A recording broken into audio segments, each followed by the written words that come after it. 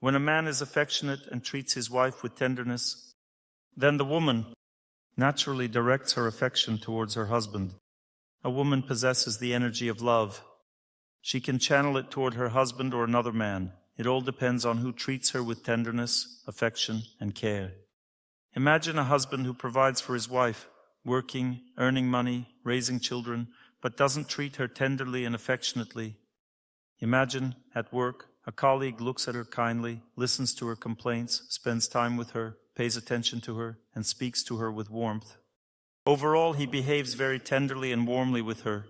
The woman will give her love to this stranger who hasn't done anything for her in life. This man simply speaks to her tenderly and affectionately, and that alone is enough. She will direct her love to this man while showing indifference or even contempt to the man who dedicates his life to her. This is because for a woman, tenderness and affection are the most important things in relationships. A person needs to behave very tenderly and affectionately with a woman, and then she will be ready to give him her love. Otherwise, he will get nothing instead of love. If a man doesn't speak tenderly and affectionately to a woman and then wonders why she doesn't want to be intimate with him, it's the same reason. Similarly, a woman may wonder, why does a man prefer other women in intimate life and not me?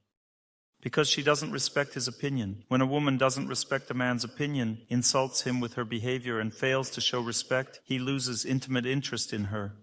This can develop to such an extent that later it becomes difficult for him to force himself to build a close relationship. He simply can't. He no longer can. The reason is a lack of respect for his opinion. She let herself go, allowed herself too much in the relationship, and started constantly arguing, being rude, and humiliating her husband. What is the result? He simply can't. He says, I want to build an intimate relationship with you, but I can't. The reason is disrespect. Therefore, my dears, use your heads. There is knowledge that needs to be studied. If you don't have this knowledge, don't blame others later. One woman once asked me, Dr. Torsunov, what if I don't do as you say? I replied, well, then you will experiment with your life. Once, a man told me, Dr. Torsunov, can you imagine? I didn't follow your advice and now I'm getting divorced. Everything you say is right. It is all correct. I made mistakes and now I'm getting divorced. Thank you. I understand that this knowledge is true. Excellent. If you like to experiment this way, then experiment. But it's better to do things the right way and live happily. Let's continue studying. We have started the topic of love. Yesterday we talked about how love has a divine nature and how God reveals the divine in two people. We talked about how a child opens up for life immediately. A mother perceives the divine qualities in her child from the very beginning. That's why she loves them for life. Her love for the child never fades.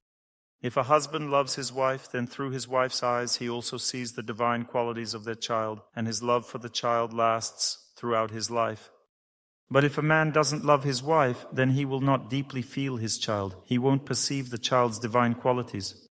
He will still feel a responsibility to help the child, but there will be no depth in their relationship. Only to a woman does God grant a lifelong divine perception of the child. Such a gift is given so that children remain protected under the protection of their parents, ensuring that a mother never abandons her child. But things are different in relationships between a man and a woman. Because love is not given for life automatically, God reveals divine qualities in a person temporarily. If you do not maintain this vision, your love will soon fade. You loved someone, and then you stopped loving them because you stopped seeing their divine qualities. You understand? A student once came to his mentor and asked, how can I love my wife for life? The mentor instructed him, remember how you first met her, how you saw her, and how you felt her.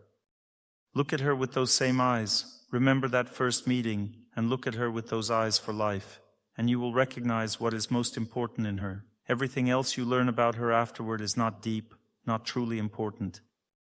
Let's say she hurts you, throws tantrums, is lazy, acts capricious, and eats too many sweets at night. She doesn't want to follow recommendations and behaves disobediently. This is not what is essential about her. What truly matters is what you saw when you first met her. God showed you her purity, her beauty, her depth. That's what you must remember. People lose love over time because they encounter their fate. Fate acts through those closest to us and befouls our perception of them. For example, a woman encounters a man's rudeness and loses sight of his depth. A man encounters a woman's whims and loses sight of her depth. We must make an effort to remember. We must make an effort to remember the purity of the person and their bright qualities. We must try to hold on to that memory. Only then it is possible to preserve love. Often people lose love. They think, Dr. Torsunov, I don't know why, but I no longer want to live with my loved one. I feel like I don't love them anymore. Love is a connection. It is an invisible thread between people. That thread must remain pure. If you close your eyes and think of your loved one, what do you understand? Do you remember how they hurt you? Do unpleasant feelings arise? Or do you struggle to recall anything at all? If you close your eyes and try to remember but can't summon a warm memory of your loved one, it means that the thread, the connection, is no longer pure. But if you close your eyes and recall pure, bright memories of them, then love is still present. If instead you remember only offense, irritation, disappointment, or even betrayal, it means there's no love. If a person hasn't cheated on you, there is no reason to destroy the relationship. If they have betrayed you and cheated, then distance is necessary. You must wait for them to make amends, otherwise nothing will work. That is a separate discussion, how to overcome cheating and betrayal in life. Ultimately, one must remember the purity that God revealed in the other person. That is love. Love is not sex or personal pleasure. People often think, if I enjoy being with someone, it means I love them. But that feeling fades quickly. If you don't feel purity in a person, enjoyment will not last either. This means that we should always maintain a bright memory. We should always strive to see the depth of a person. As the song goes, let's not focus on the small things in the mirror's reflection. Love can endure only in this case, if we let go of trivial things and hold on to what truly matters. Let's keep what truly matters. A person must set themselves on the right path. It's crucial to have the right mindset. The right attitude purifies relationships. Loyalty is also essential. Often people wonder, why is marriage registration necessary at all? Here in Italy, such a commitment is difficult because one person takes a great risk for another. But there's also a church wedding. Why is any of this necessary? Why do we need vows? Vows are necessary for love to flow freely. If people don't make vows, they have no loyalty. They don't affirm their loyalty legally through marriage registration or spiritually through a church wedding. When there are no guarantees, there is no love, because love requires loyalty. Loyalty is not just saying, I will never leave you. These are mere words. But where is the proof? Marriage is proof. A church wedding is proof. You must take some kind of action. You must make a vow. If no vow is made, love eventually fades because doubt creeps in. You feel uncertain about your future together. You start to sense there is no future with this person because they don't provide you with any guarantees. Without guarantees, love begins to fade away. Love fades when people fail to provide each other with assurances. A person says, let's just live together for a while, and if we get bored, we'll separate. What's the big deal? But with that mindset, love will inevitably fade. It means that a person is seeking only pleasure and not giving any guarantees. This is unsustainable. If you want to enjoy love, guarantees are necessary, because love is built on loyalty. If there is no loyalty, there is no love. This means that if you don't give guarantees, there can be no family, no lasting love. Everything will eventually fall apart. Guarantees are essential. You might say, if you behave well, I will provide guarantees then. But love doesn't tolerate any conditions. Either you love unconditionally, or you say goodbye. You either offer guarantees from the start, or it's over. Love doesn't like any conditions. If we live together for some time, I'll understand if you suit me, and then we'll be together. But by the time you have lived together for a while, love may have already faded, and you'll split up because you didn't offer any guarantees. It's like saying, first the chairs, then the money. This approach won't work. First you pay, then you receive the goods. In love, the price is the commitment you offer, whether through marriage or a church wedding. There must be some form of guarantee. No guarantees, no love. Love fades when people don't trust each other. Distrust arises when there are no guarantees. For example, you live with a person and they might say, why are you worried? I will never leave you. But if that's true and you'll never leave, then prove it. Get married, or at least have a church wedding. But if you don't want to do this, then where is the guarantee? It's just deception, a mere trickery. It's like when someone says, don't worry, I'll do all the work, just give me an advance. But if you are ready to do all the work, why do you need an advance payment? Do the work first, then you get paid. No, give me the advance first. That means everyone wants guarantees. Everyone wants guarantees. First the money, then the work. They can deceive a person and not complete the work. Or conversely, a person completes the work but receives no money for it. A way out of this is through partial advance payments. One pays a little so that the other does some work, then pays more. Without guarantees, life becomes impossible. There's another important point for you to know. Love between people can also fade by God's will. God should support relationships, right? But He wants relationships to help people grow. It often happens that people love each other, they have children, jobs, and homes, they have everything they need in life. Yet suddenly one of them unexpectedly falls in love with someone else, leaves their spouse and children, goes to a lover, and starts life anew, although they had everything. What's the reason? Why do people do this? They had everything. Why do they leave? They got bored. They got bored, right? When a person feels bad, they begin to grow, seeking self-sufficiency. So should I stab you in your stomach for your personal growth? Should you suffer like this to start growing? My dears, people leave because love ends. When there is no love, people part ways. And why does love end? Because purity and bright memories fade. People live together, and over time that bright memory dims. Their pure perception of each other fades. Why does this happen? Because there's no spiritual life. To preserve this purity, to maintain a bright, pure perception of your loved one must embody it. They need to show you this purity. For example, if your wife prays to God next to you, you think, what an elevated, pure, and conscientious woman. And you continue to see her purity and love her. Your conscience turns on in relationships. And conscience means the presence of God. Most people live without prayer, without spiritual life, without holiness, and gradually the divine vision of another person fades, and so does love. The other person becomes ordinary to you, and you cannot love ordinariness. You get tired of the other person. You become uninterested. How long can you live with such a person? Maybe 5 more years after love has faded, just out of inertia. But after those 5 years, you still long for love, and then suddenly you meet the girl of your dreams. Your wife is no longer the girl of your dreams. You're already tired of her, and here comes the girl of your dreams. An upgrade, a new life. Oh, an apple on a plate. I'm tired of my wife. I'll go to this new girl, right? An upgrade happens. Now, women, I have a question for you. How can you prevent this upgrade? How can you ensure your husband doesn't leave for a younger woman? Spirituality. To prevent this, a family must have a spiritual life. One must pray to God to bless the food. Feeding your husband is essential. When a woman cooks while thinking about her husband and children, the food becomes filled with family egotism.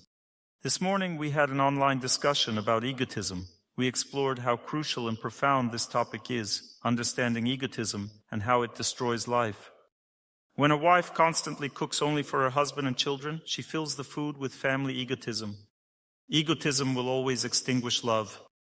But if a woman prays and cooks for God, the food is purified by her love for God. When a husband eats blessed food, his pure, bright memory of his wife strengthens, and his pure perception remains untainted.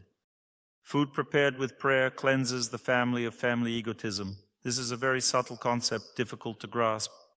For example, I know many cases where a woman who cooked with prayer freed her husband from alcoholism or debauchery. She cooked food with prayer and her husband stopped cheating or drinking. Because food infused with prayer purifies a person's consciousness. We had a dog in our team. In the village where I lived, there was a hospital, and one day a dog appeared. The moment the dog appeared, it immediately recognized me as the senior. It killed 2 geese and brought their heads to my feet as an offering. I didn't appreciate the gesture. The neighbor was furious. But the dog was fiercely loyal. It immediately felt that I was in charge there and brought me the heads of 2 geese. So we chained the dog and began feeding it dairy food, bread and milk, everything prepared with prayers, only food with prayers. The dog began eating blessed food. As a result, during the winter, its consciousness became noticeably purified. We noticed that it stopped chasing cats. The dog became gentle, barking at strangers and not letting anyone in, but behaving in a dignified way. For example, the dog wouldn't eat until the neighboring dogs came and finished their share. It started feeding others first. Then we noticed that it stopped barking at the local cat. Then something remarkable happened. When it was particularly cold in winter, we saw the cat sleeping inside the dog's kennel. When I looked into the kennel, I found the dog lying there with the cat warming itself on top of the dog. This dog tolerated the cat. When spring came, we unchained it. It wandered outside where geese roamed freely. The dog was lying there and the geese were walking over it, and yet it did nothing. The dog's consciousness was completely purified, all thanks to food prepared with prayer. This is a real experience. If even a dog became dignified through such food, do you think your fool of a husband won't become dignified? Of course he will. If you feed him with prayers, he will be purified, because he's better than a dog, right? He is a human after all. If a woman cooks with prayer, her husband will definitely become better. Only conscience can preserve a family. It means having icons at home, watching movies about saints in the evenings, teaching children about holy people.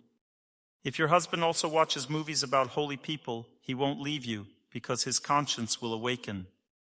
All young girls around will be more beautiful than his wife. With time, his wife ages, but there will always be young, beautiful girls around, especially in Italy, and these girls will seem more beautiful than his wife. And in Italy, it's common for young women to marry men 20 years their senior. There's no problem at all. And a wife of the same age as you is not as beautiful anymore. A man of 40 can easily marry a woman of 20, 25, or 30. She will always be young for him while the wife grows older. So a woman cannot hold on to her husband with beauty alone, but if she prays daily and engages in spiritual practice, he will feel her holiness and will never leave her, because his conscience will not allow him to. Conscience is the presence of God in the heart. God simply won't let him. He will say, "Why are you leaving her? She is dignified. Why would you trade her for a harlot? You have a good wife, so virtuous. Stay with her."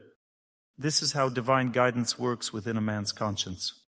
From my 30 years of experience, I can say with certainty that only those who cultivate spiritual life within their family can truly preserve the family.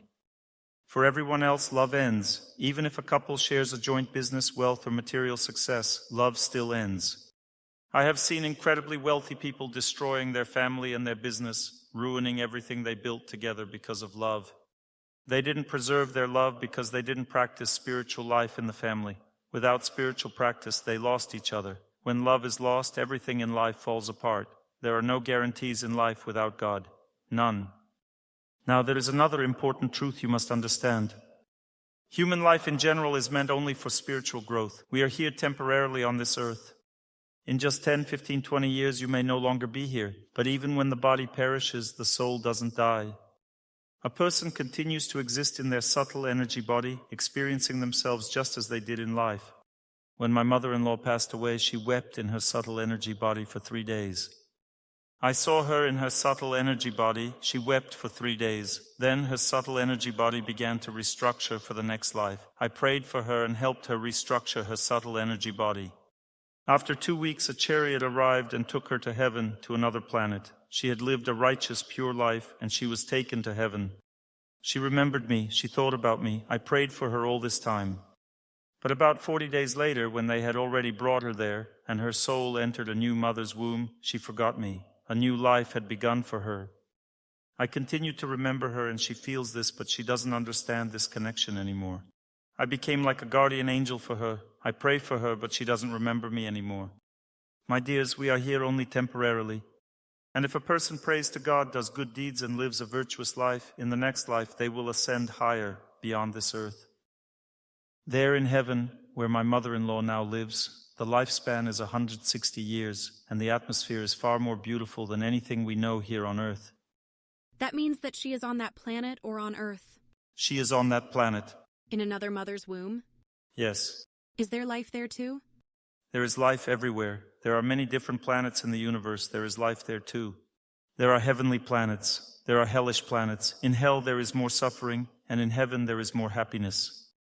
When a person lives correctly, they go to heaven. This is much better than earning money. If a person reads prayers, they invest much more in their life than if they have money. Let's say they pass away. They have to leave all their possessions on earth. Once I had a sacred dream. I was sleeping at night and clearly saw that I hadn't finished building a house. I had such an amazing house, but I hadn't finished building it. It was so disappointing. It was just a big, amazing house. I was looking at all the details of this house, walking around it. It was amazing, but I hadn't even lived there, hadn't finished building the house. And in my dream, I remembered my current life and frantically tried to remember where this unfinished house was. And I realized that this house doesn't exist in this life. I understood that I hadn't finished building the house in my previous life. You see, I remembered this house so much that it remained in my memory, although I already have another life. Then I realized that you can remember your past lives through the houses you lived in. It dawned on me. In a dream, I immediately started remembering what other houses I had. I recalled about 5 houses. Different houses, even 2-level ones. They don't build such houses here on Earth. There's a mountain rising, and as the mountain rises, the house is built along the side of a mountain. I really liked that one too. Once I was completely shocked. I saw myself above the ground, and there was a house that I spent my whole life building. And my children were selling it for nothing. They didn't understand the value of this house at all. It was so expensive, I invested so much money and effort into it, and I'm in my subtle energy body and shouting, "Are you idiots or what? You can't sell it so cheaply?" Imagine it was about 400 years ago, and I still remember all of it. You see how strongly we are attached to our homes. I don't know about you, but I was very attached. This dream showed that all these houses remained in memory, but they no longer exist. Everything is destroyed. It's all in the past, and I'm still living worrying about these houses that no longer exist in reality. They simply aren't there. It all remained in the past. We invest so much memory, effort, and resources to settle here on this earth, but we should invest our energy in prayer, in relationship with God. Because if you think about God, you will rise up, get to heaven. But you can't take with you the money you earned, and you can't take the houses you built as well. You'll have to leave this world naked, just as you came here naked. You won't take your bank accounts with you. They will remain for your children, and you will be in a subtle body watching how they misuse it all, and you won't be able to say or do anything because there will be no contact anymore. And there are very few people like Dr. Torsunov who can see a person after death. I encouraged my mother-in-law, communicated with her. Who among you can do the same? Therefore, a person doesn't die, they remain alive. That's why we need to take care of the next life too. It's foolish to live as if we live only one life, to make plans for just one life. It's absolutely foolish. As I was told, in Italy, many people simply squander the property of their parents who saved something. They don't work, they live only for today. 5 or 6 years pass, the money runs out, and then boom, a new life begins. The same way you live only this current life, not caring about the next one. Then it passes, not 5 or 6 years, let's say 15, 20 years pass, and what will you have next? Nothing, because you didn't take care of your soul. You didn't think that to get to heaven, you also need to make efforts in spiritual practice. Your soul needs prayer. Tomorrow we will learn how to engage our soul. It will be an important day in your life. If you learn to work with your soul, you will then be able to solve many issues in your life. Even in this life, through prayer, you can solve things that ordinary people cannot solve at all. If I didn't know this power of prayer, I wouldn't even be able to give you this lecture here now. Because about 6 years ago, I realized that borders of some countries would be closed in 3 years, and I wouldn't be able to travel anywhere, wouldn't be able to get Schengen visas. 6 years ago, I realized this and started thinking about how I could make it possible for me to travel. I remembered that I have Jewish blood. And there's also a whole story about it because not everything was smooth for me. I also solved many issues through prayer to be given the opportunity to get citizenship. And through prayer, I accomplished things that were impossible to do otherwise. With my documents, it was impossible to get citizenship, but due to prayer, I was able to prove to the consul that I needed to get it. I simply overcame my fate, and I was given citizenship. Now I can travel around the world. Do you see the end of all this? The end, if we're talking about Ukraine, the energy of war, such a strong escalation of war, ended in May of this year. I saw this a year and a half ago that in May the energy of war would end, and it did. And now the ability of leaders to escalate the situation and force people to fight is fading by itself, and the energy of war is melting away each day. I think in 2 or 3 months they will already be negotiating, because there's no motivation left on either side, there's no point in fighting anymore. Because no one can seize any territory, they're just standing in one place and killing people. Therefore, in Ukraine, everything will end in 2 or 3 months. That's what I see and feel. But regarding Israel, everything is only beginning. And here it's very important to understand what choice Israel itself will make. If Israel starts fighting with Lebanon, that means another year of war. And if, God forbid, Iran gets directly involved in the war, not just supplying weapons but directly, then the entire Middle East will blow up. Many interested countries will immediately get involved. America will strongly engage in the war, Turkey, and many, many other countries. Therefore, my dears, regarding Ukraine, this whole story is ending. And we need to seriously pray for Israel. There's really even more danger there than in Ukraine now. Danger for the entire region, because Italy is not far away either. Everything is nearby. These are the forecasts. Let's continue discussing personal life and family relationships. In family life, people have bad periods. Let's say you're doing everything, working on yourself. We're not talking about you doing nothing, although you're not doing anything. You don't pray, don't strengthen your body, you don't do either static or dynamic exercises. Who among you has started doing everything? Raise your hand. Your life is changing, isn't it? Yes. Do you feel that everything is getting better? That's right, you need to live correctly. Those who started praying regularly, is your life changing? That's the only thing that saves us. This is the only thing that helps, but there are also bad periods in life. These bad periods are predetermined from birth. Everyone will inevitably experience hardship in their personal life. For you, sir, a bad period in your personal life will begin in 2.5 years. In 2.5 years, a challenging phase will start. I need to hurry up. Everyone goes through it. You have just come out of a difficult period in your personal life. Yes, yours is already over. It ended a month ago. For you, it lasted 3.5 years. It just ended. Yours is still ongoing. When will it end? When will it end, Dr. Torsunov? It has already lasted 3.5 years. Yes, it's been a long one. It will end in about 7 months.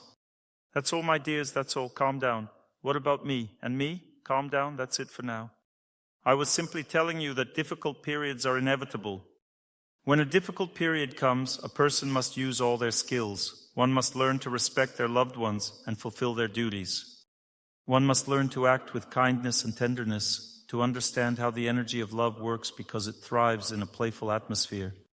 We will now discuss this more seriously. A difficult period comes as an exam. No matter what you do, relationships suffer because energies are being drained. During such times, one must be very observant. You need to monitor the reactions. If you notice increased irritability, heightened sensitivity, or anger, you need to sit in water daily and do static exercises to maintain water energy. If you feel coldness in relationships, lack of depth in relationships, or weakened willpower, when even waking up early becomes a struggle, then regular, prolonged, continuous movement is essential. If you feel love is gone, if happiness seems to have faded, then fasting will help. There are also days associated with family. For example, Monday is the day of close relationships. If you fast on Mondays, you work on close relationships. Friday is the day for children. If you wish to conceive, fast on Fridays. Sunday is the day of human beauty. Fasting on Sundays enhances one's beauty. Men become more responsible, and women become more beautiful and radiant. Beauty is linked to the sun. People in sunny countries tend to be more beautiful. For example, when you arrive in Italy, you immediately notice how beautiful people look as they walk around right at the airport. Why? Because they receive a lot of sun energy. But you need to know how to use this beauty. If you possess great beauty, you must learn how to love others, not just yourself. Otherwise, that beauty is wasted on you. You won't be happy. Take the sun's energy. It's there in the sky, but you must learn how to absorb this energy. Let's say you live in the southern region. Here, emotions tend to be polar. People are either constantly irritated, shouting and arguing, or they're very cheerful and happy. Because if you fail to absorb the sun's energy, if you can't handle it, it overwhelms you, making you angry, tense, and short-tempered. The sun's energy will go to your detriment. Since there's a lot of it, you become very emotional, constantly at odds with everyone. But when a person learns to absorb the sun's energy, they become cheerful, happy, beautiful, and loving. They become loving, kind, and friendly.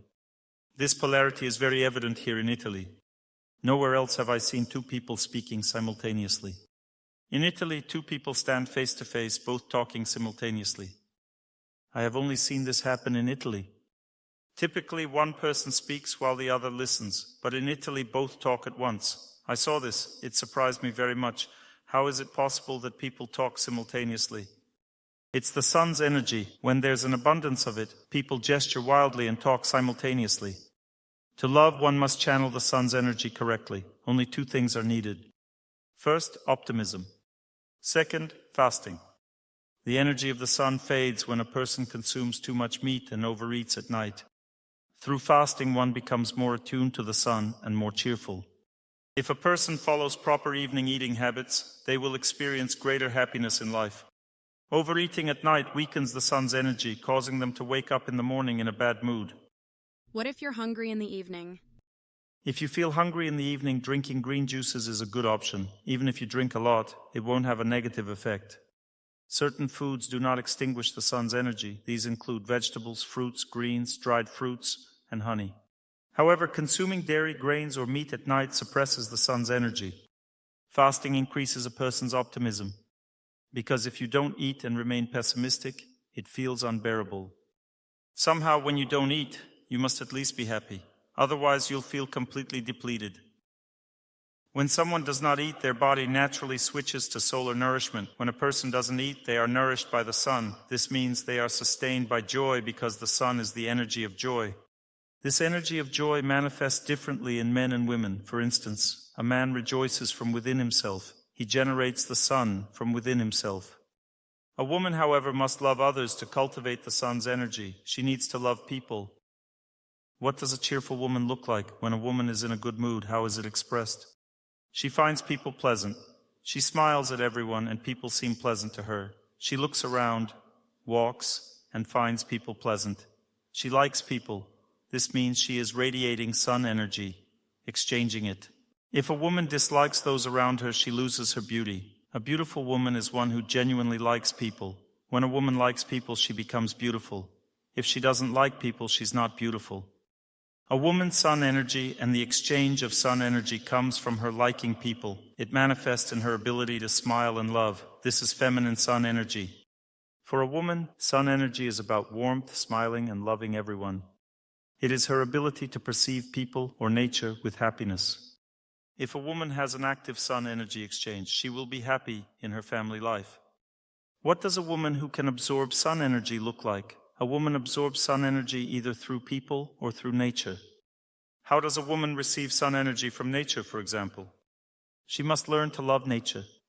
She should rejoice in the sun and admire the flowers outside. She receives sun energy this way, through love for nature and people. A woman filled with the energy from the sun, from nature, and then sings, "Look, driver, don't get distracted by beauty, or you won't manage to drive on the mountain road."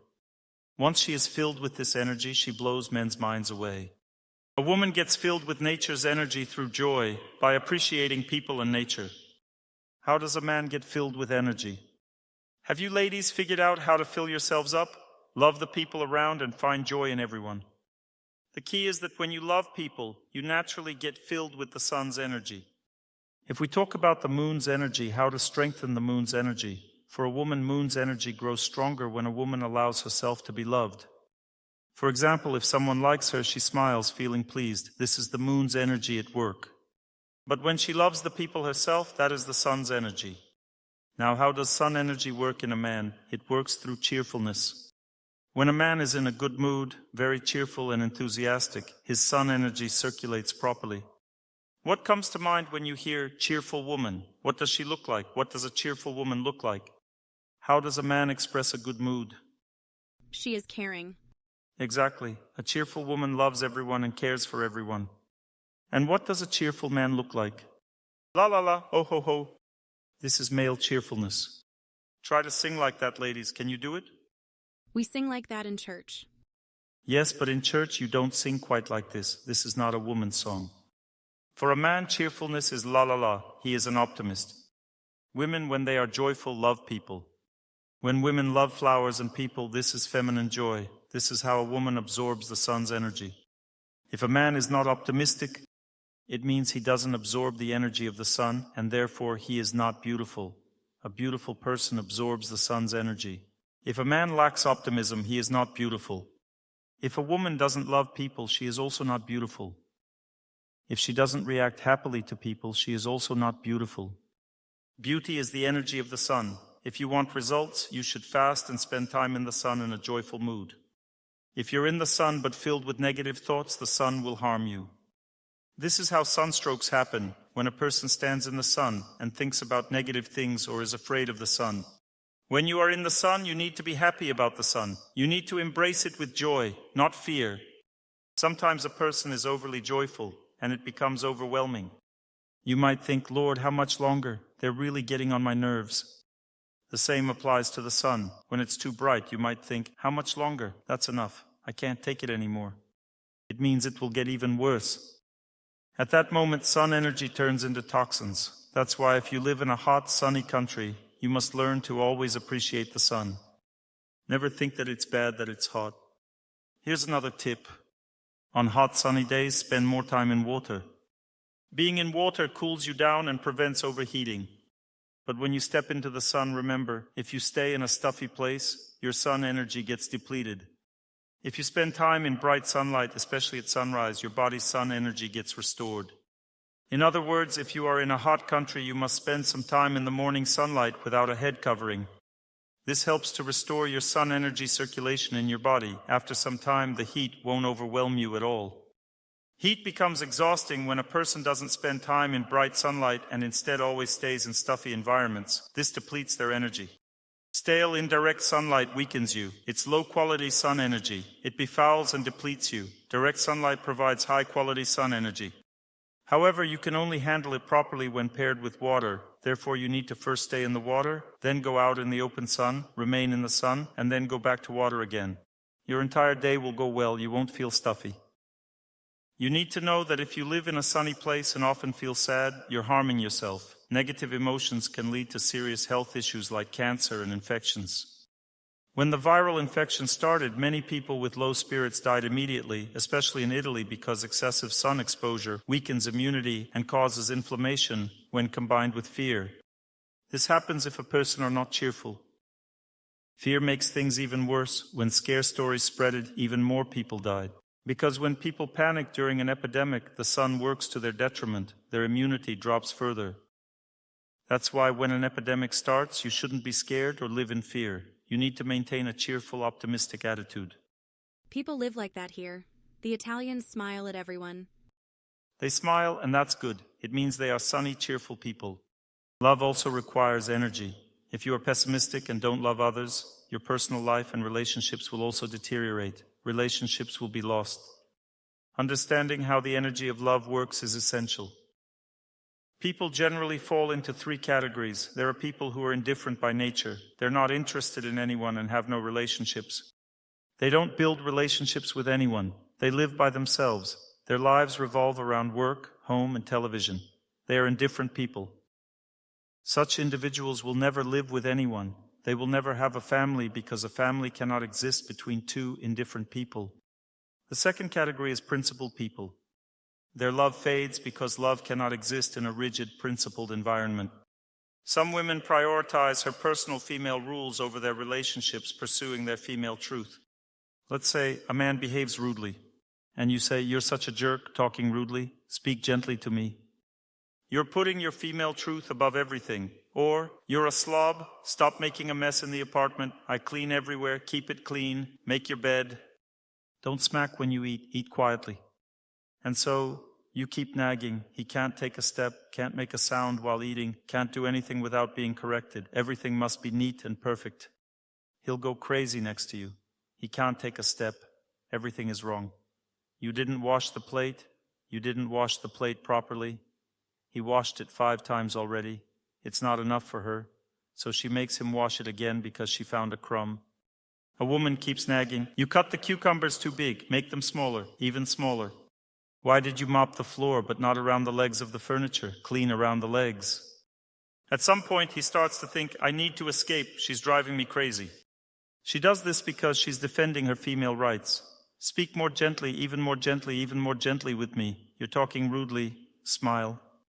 How can you force someone to love? Can you force someone to love? Smile at me. Smile even more. This is female truth. This is what a woman wants in her heart. She wants everyone to behave neatly, gently, and tenderly. She wants everything to be clean. My wife asked me the same question for 3 years. "Don't you see that food falls on your clothes and stains them when you eat? Don't you understand?" For 3 years I kept telling her, "No, I don't see it.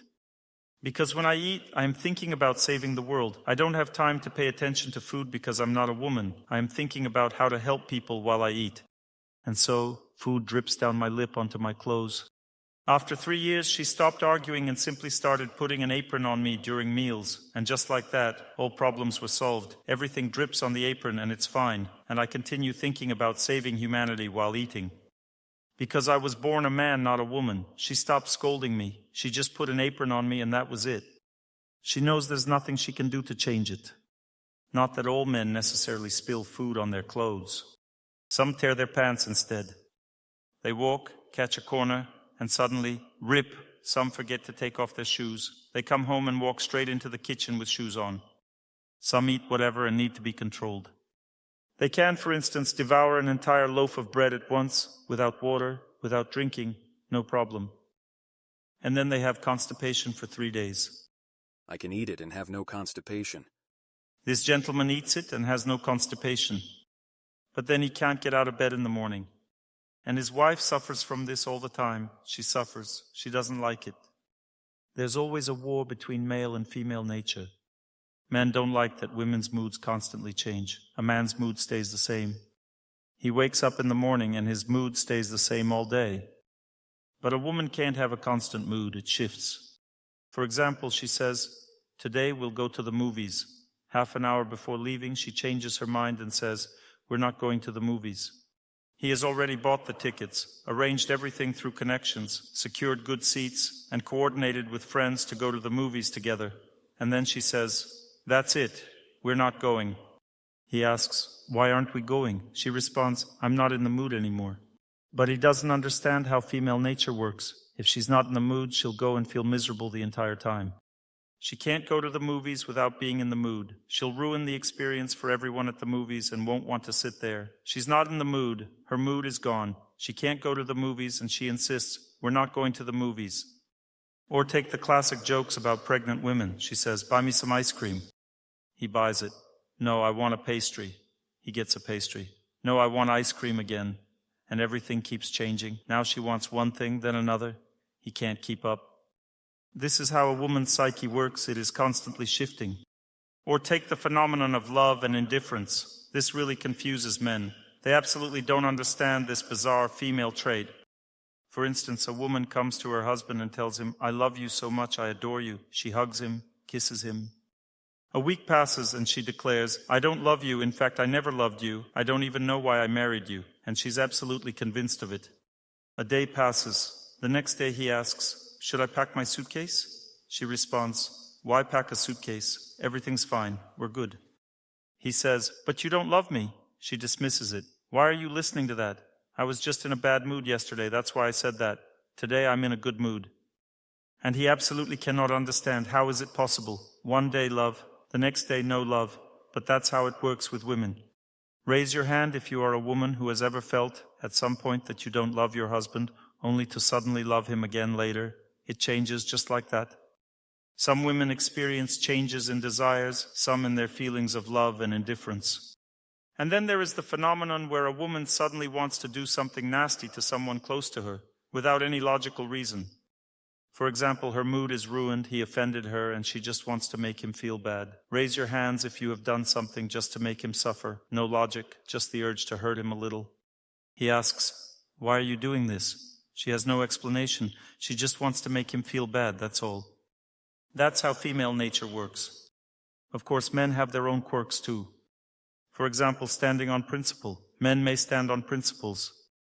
He starts behaving in a certain way with a woman. She doesn't like it at all. She feels miserable, but he continues anyway. She doesn't know what to say to him anymore to calm him down. Doesn't matter. He continues. She apologizes to him, but he still continues. If you ask him, "Why are you doing this?" he won't say. It's just a matter of principle. Take saving money. They already have money, but he keeps saving. Or, for example, vacations. It's time to go on a vacation. No, we are not going. Why? Because last time, 2 months ago, you were moody on vacation. That's it, no vacation at all.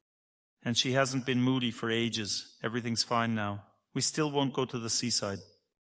These are men's quirks. That's how the character works. That's male nature, standing on principle. A woman becomes capricious and may seek revenge. A man, on the other hand, stands his ground. There are many other interesting dynamics between men and women. Some traits appear in both men and women, but they are far more common in women. Take a situation when a woman argues with a man. Her emotional state tends to be very rigid. Unlike men who can move on quickly, a woman often needs 2, 3, or even 4 days to forgive. She just can't forgive. Even when the argument is over, she struggles to feel happy, or at least at ease with her husband. She walks around pouting, unable to communicate with him. He doesn't know what to do anymore. Should he beg for forgiveness on his knees or shoot himself? A woman has a very rigid psyche. This emotional rigidity makes arguing with a woman dangerous. Once you argue, the suffering lasts for days. A man, by contrast, usually can argue and be ready to make up within 5 minutes. But a woman, she will walk around thinking, processing, and making faces. And it's not intentional, it's simply how her mind works. There are many more horrible things, real horrors in a man's family life. For example, a man may not realize he's fallen into a trap. A woman fills the entire home with her energy. She arranges everything to her liking. She decorates, organizes, and cleans. But why does she do this? She fills the entire house with her beauty and her mood. She needs the wallpaper, the curtains, the doors, the beds, and everything else to be as she likes. She fills everything with her energy. Once she has filled everything with her energy, once the entire house is set, she feels at home, at peace there. She walks around feeling that everything there is hers, and she likes everything there. If someone dares to move something from one place to another, she immediately tenses up. And no matter what, she will put it right back where it belongs. God forbid you give your wife a new piece of furniture as a gift. Let's say you gave her a wall unit for her birthday. She'll go crazy. Only she can decide when and how to change the environment.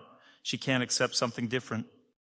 Even jewelry follows this rule. A husband may give his wife jewelry as a gift. It's a nice piece, but she won't wear it because she will only wear jewelry that she would have chosen herself. I once conducted an experiment. I can actually see what kind of jewelry a woman likes. I can determine it. For example, if a woman likes light green color, she will like a piece of jewelry in light green color. If it's dark green, she won't wear it. I can see what women and people generally like. For instance, you like diamonds. You like diamonds, clear, white, transparent stones. You also like them. You like pearls. In general, every woman likes something specific. I once conducted an experiment. I went to an earring shop in India. Knowing what kind of earrings my wife likes, I selected 40 pairs of earrings, photographed them, and sent the ones I thought she might like. Out of all of them, she only loved 2 pairs. 2 out of 40, can you imagine? When I bought these 2 pairs of earrings and brought them home, she realized she hadn't looked closely at one of them. She immediately rejected that pair. As for the other pair, she wore them for a week and then stopped. That's when I realized I would never be able to buy her jewelry she truly likes. It's simply impossible. She has to choose for herself. But that's not the scariest part of a woman's character. The scariest challenge comes when she loses her mood. When that happens, life in the household becomes unbearable because everything in the home depends on a woman's mood. When a woman is in a good mood, the children are happy, the dog is happy, even the cockroaches are happy. Everything revolves around her mood. But if she's in a bad mood, no one in the house will be in a good mood because all the subtle energy depends on her mood. And the man, he becomes a hostage to the situation. When she's not in the mood, he walks in circles around her asking, "What's wrong? What's the matter?" She replies, "Am I bothering you?" "I'm not bothering you." But he still feels miserable simply because she's not in the mood. A woman's mood is constantly changing. She can't stay in one mood for long. It's either good or bad. When she is in a good mood, she loves everyone. When she is in a bad mood, she needs to be left alone. And it's completely unpredictable. For example, you decided to spend time with a woman, but her mood turned bad all of a sudden. There are 2 kinds of women in such situations. The first kind, the reasonable one, will immediately warn you, "I'm in a bad mood. Go to your room." She might warn 3 times. If he ignores these warnings, she starts driving him crazy. She says, "I warned you." And from there, the scolding begins.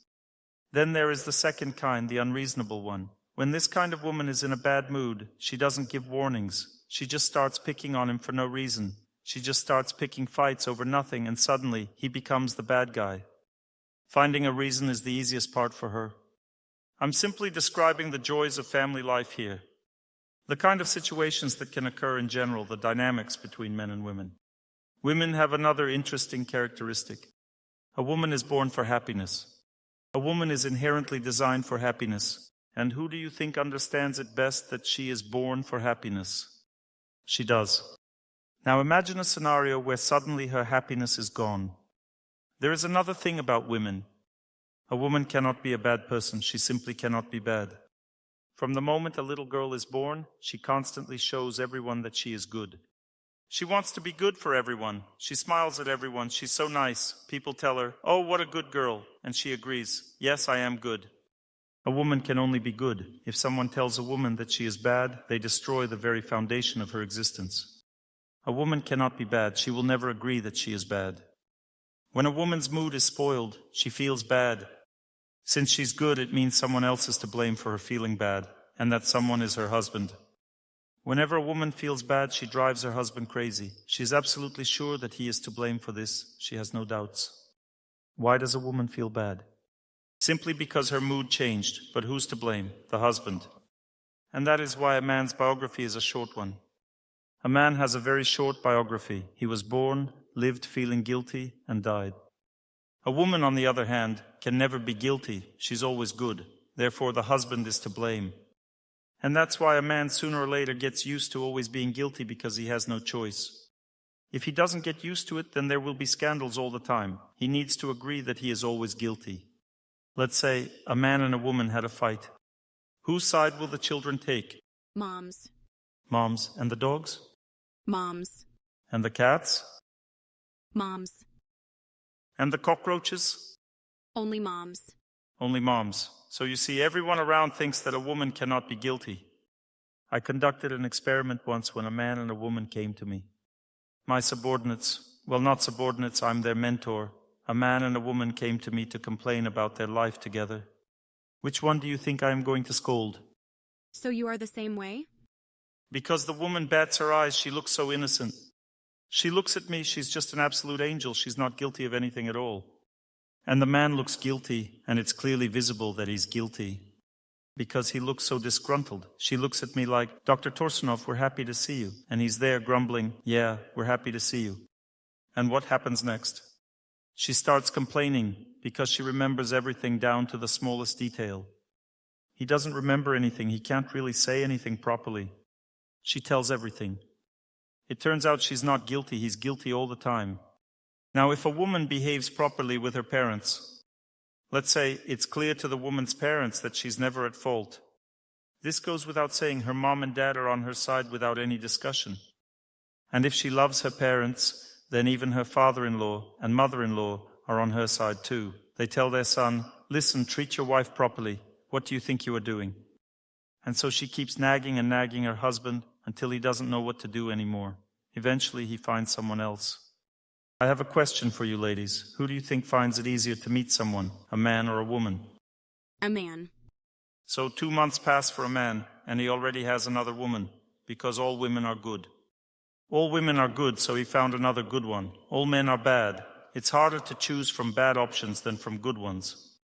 All women are good, so he took this good one and that good one. What's the difference? And all men are bad. That's why a woman is afraid to get married. She chooses thinking which of the bad ones suits her better. What suits me better? Either he drinks or smokes or cheats. A woman has to choose based on the flaws, not the advantages. That's why it's very difficult for a woman to choose, because all men are bad and all women are good. So for a man, it's easy to choose. This doesn't mean she won't drive him crazy later. Yes, she's only good on the outside. Once the relationship starts, everything changes. So women, try to cherish your men in relationships. Don't bite the hand that feeds you. There will be bad consequences.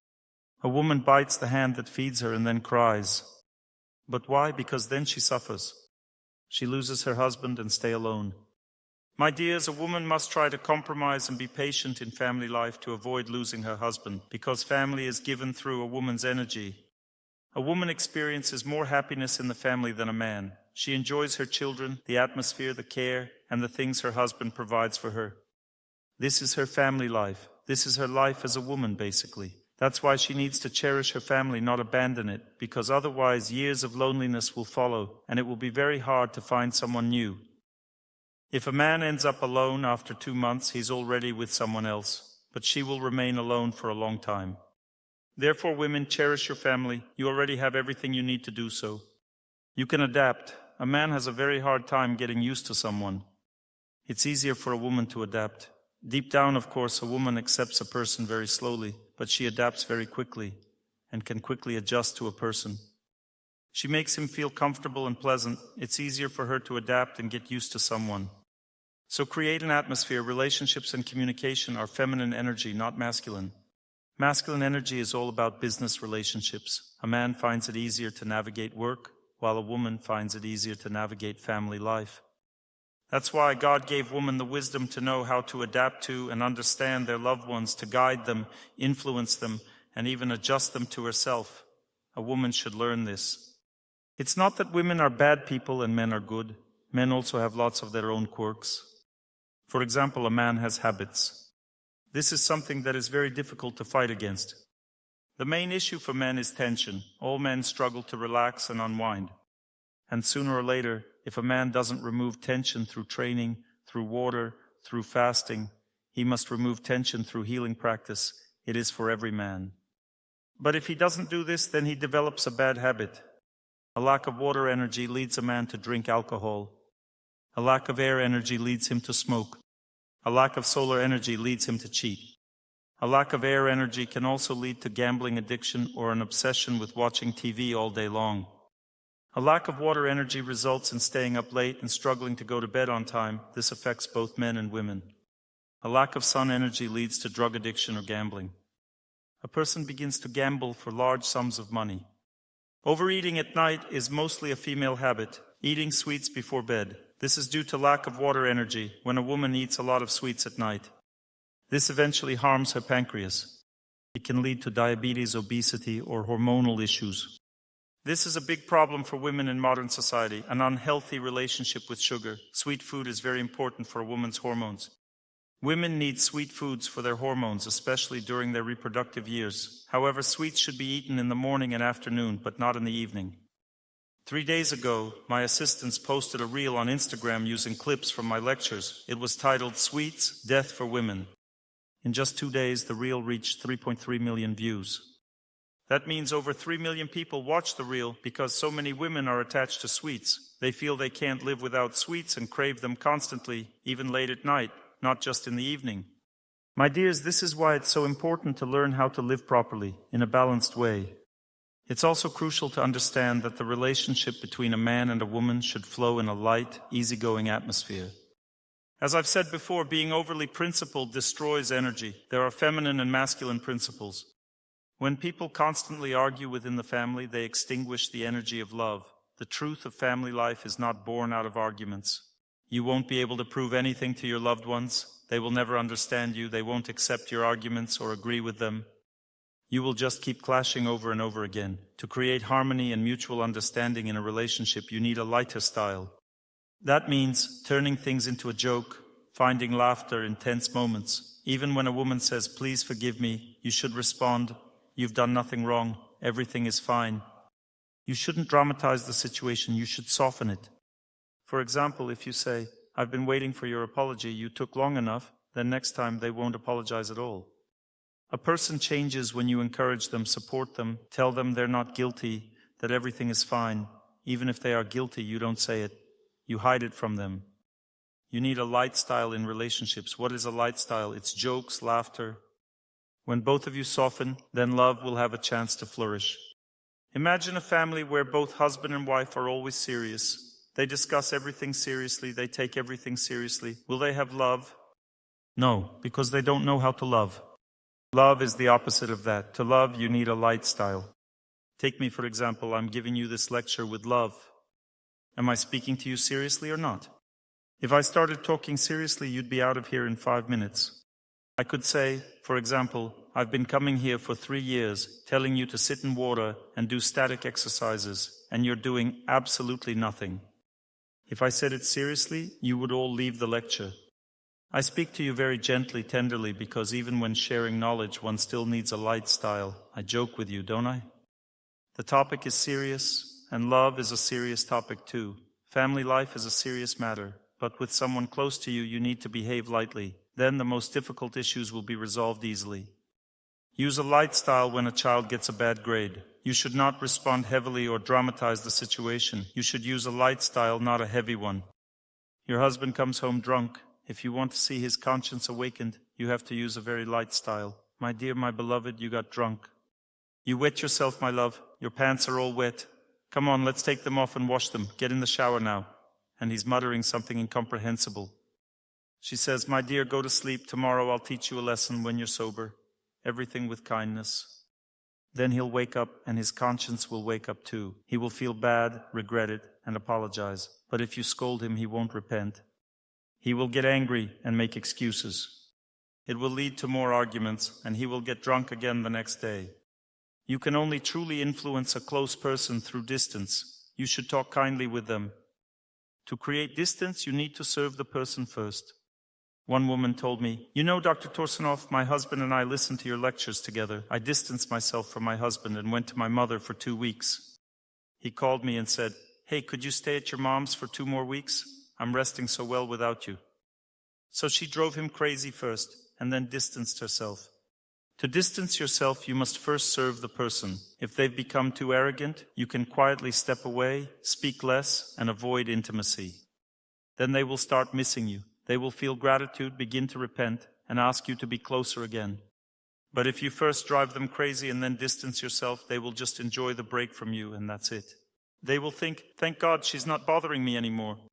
So, the foundation of love is kindness, acceptance of your loved one, and a light style. So does that make sense to everyone? Kindness also means respect. Kindness toward a woman means tenderness. Kindness toward a man means respecting his opinion. Kindness and light style are key. You need to learn to be independent of your loved one. Independence means forming strong connections with nature, friends, and God. When cruel fate comes, it separates you from your close person. People cling to each other and end up destroying the relationship. In such moments, you need to be self-sufficient. You need to remain happy and self-sufficient even when apart. When people become too dependent on each other, they cling until the relationship breaks. There are periods when you simply can't get closer. You try to get closer to your loved one and a scandal begins. These periods don't last long, a few months, and they pass. But during those few months, don't cling to your close person. Don't try to work things out constantly. People often cling to each other until everything falls apart. Why? Because they lack self-sufficiency. If things are tough, go to nature, spend time with friends, or turn to God. Nature helps you recover. Friends help you recover. God helps you recover. But if people are fixated on each other, they constantly drain one another. If you're always testing your relationships, you're draining your energy, and you're not recovering. If someone drains themselves like that, they lose their family.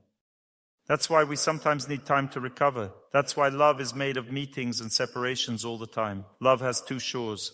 If you're always only apart, love fades. You grow cold toward each other. Women need to understand that if their husband spends half a year on business trips, she might lose him. There must be a meeting of the 2. If there's no contact between a man and a woman, love will weaken.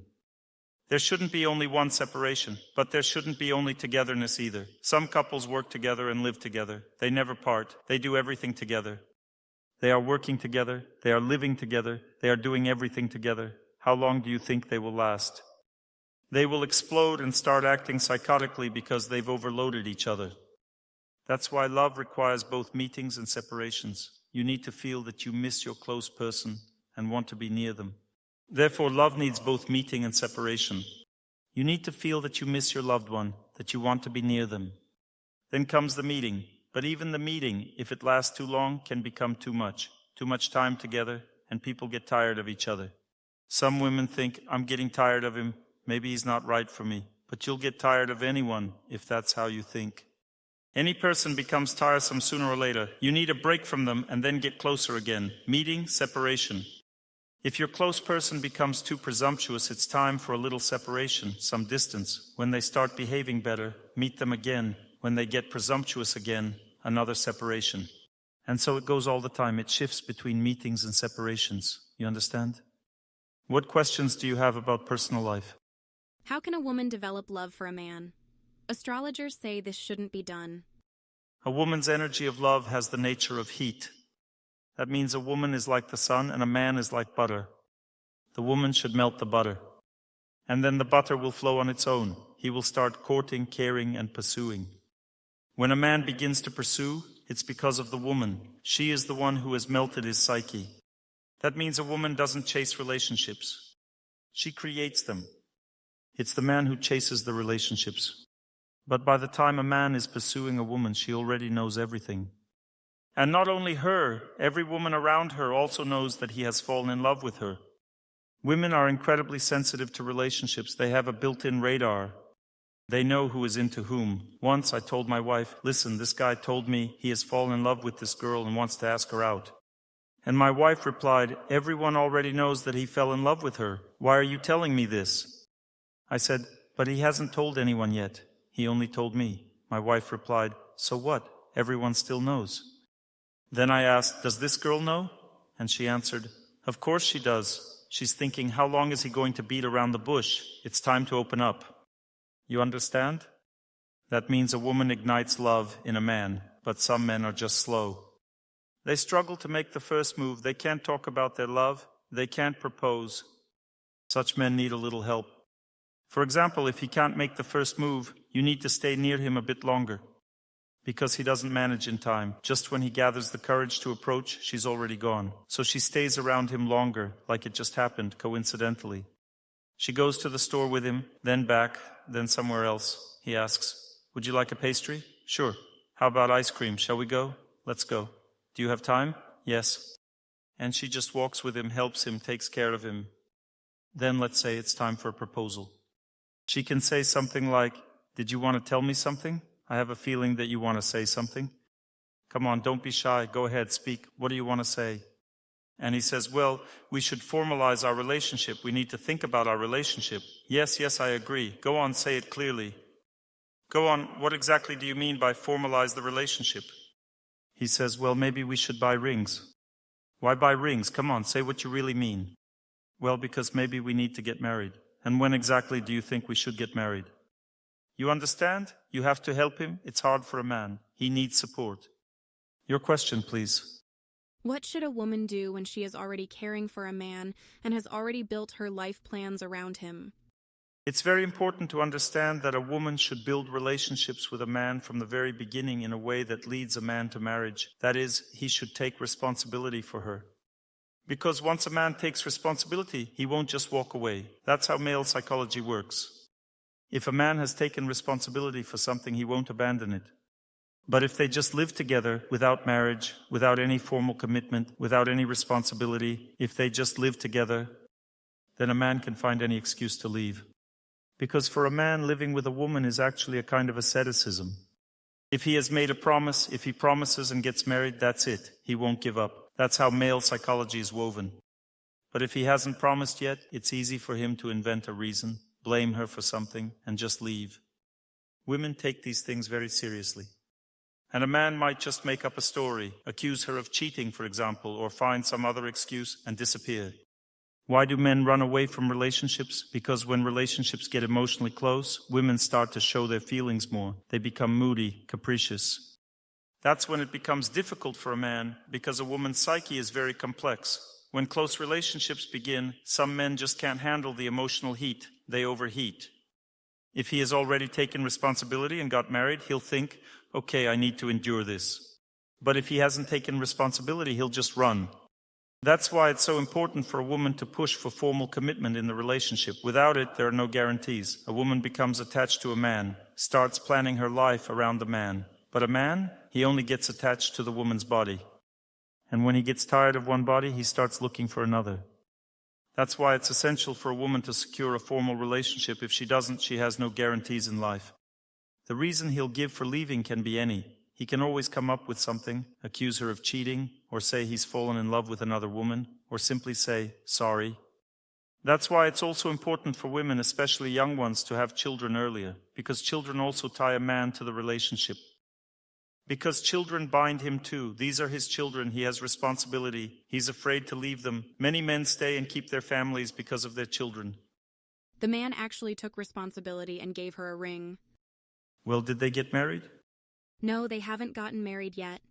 But the man has already given her a ring. I know this story. She already told me about it. I know what happened. A woman becomes attached to a person it's very difficult for her to forget. She was counting on him in her life. The man ran away. And now it's not about why he ran away, because it's pointless to discuss this question. The question is different. How can I recover now and get back to normal? And here's the answer. Even if you meet another man, you still won't recover, because you will compare him with the previous one, and this will make you suffer. You'll still be walking with the new one while thinking about the past. A new man won't help you. You need some other kind of love that can free you from this one, and it has to be higher. This love means a relationship with God. According to the Vedas, when rain pours on a forest fire, it extinguishes it. Let's say a bunch of these water cannons arrive. Thousands of water cannons can't extinguish a forest fire.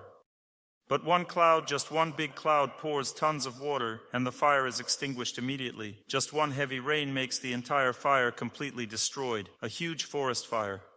Similarly, when a person simply comes to a temple, simply starts thinking about God, their heart becomes light, and they forget the injustice that was done to them by another person. Only through the energy of holiness, God's energy, you can feel relief when you've been cruelly abandoned in life. There is no other way in this world. No one can help you, neither another man nor your children. No one will ease the pain of separation. Only God can. Only when a person prays in a temple. This is my experience. Thousands of people have freed their hearts from sufferings that lasted many years, from the suffering of destroyed love. Some people have even worse situations. It's one thing when someone leaves you, but what if you lived happily with your spouse all your life? You had a wonderful family, and your loved one passed away. You can't forget them afterwards. You look for another person, and they end up abandoning you completely. And that man you lived with, he never even cheated on you. He was faithful. You got used to things being that way, and then boom, the next person deceives you so cruelly. In this case, the person suffers even more because they want these faithful relationships. God took away these faithful relationships. Your loved one passed away, and you think, well, I'll find another one now. I'll have such faithful relationships again. And the other one just leaves you, that's it. And you think, how is this even possible? This man I lived with for many years, he never left me, but this one did. Is it really possible that people just betray like that? Just abandon like this? My husband never left me before. We lived very well together. Therefore, one man cannot replace another.